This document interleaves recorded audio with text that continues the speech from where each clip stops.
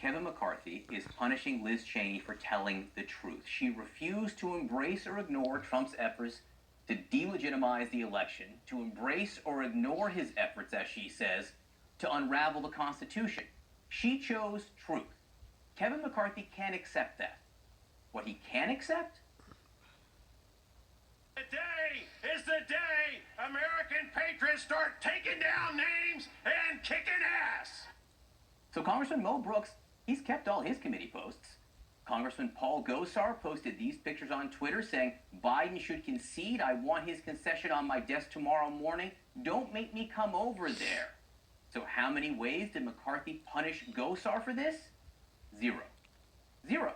The same amount of times he punished Gosar for headlining the American First Political Action Conference alongside white nationalists.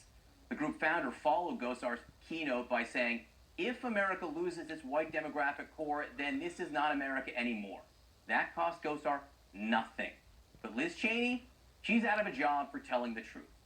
Matt Gaetz faces a criminal investigation for allegedly paying for sex with an underage girl. Also an ethics investigation for allegedly showing naked pictures of women on the House floor. Now, he denies these allegations, but his punishment so far? Zero. But Liz Cheney, out of a job for telling the truth. Jim Jordan is the lead Republican on the Judiciary Committee.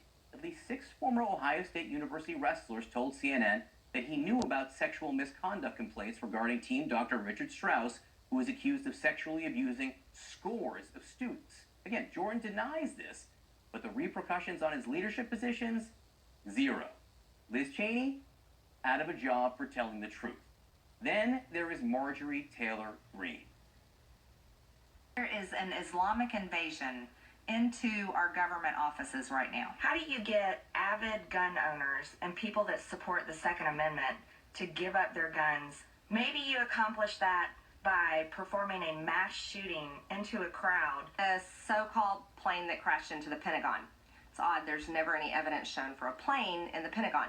There's a once-in-a-lifetime opportunity to take this global cable of Satan-worshiping pedophiles out. So she said that all out loud. She also reportedly wondered if Jewish space lasers are to blame for starting forest fires in the West. All that, and McCarthy fought for her to keep her committee assignments. To recap, if you're keeping score at home, calling for violence before an insurrection, casual white supremacy, allegations of paying for sex for underage girls, accusations of ignoring sexual abuse, and Jewish space lasers, those things, in Kevin McCarthy world, you have job security. But the truth will cost you. Unless, of course, you're Kevin McCarthy, because for a few minutes, he was willing to say this. The president bears responsibility for Wednesday's attack on Congress by mob rioters. He went even further. In an interview with his hometown paper, McCarthy said he implored President Donald Trump during an intense hour-long phone conversation to accept his electoral defeat and move forward with a peaceful transition of power. McCarthy pleaded with him, telling him the election was over and he needed to move on. Stop this, McCarthy recalled telling him. Stop this, McCarthy told him. Stop this. But as S.E. Hinton would say, that was then, this is now. All he is saying, stop to now, is the truth. Stop truth now. He has his leadership job. Liz Cheney won't.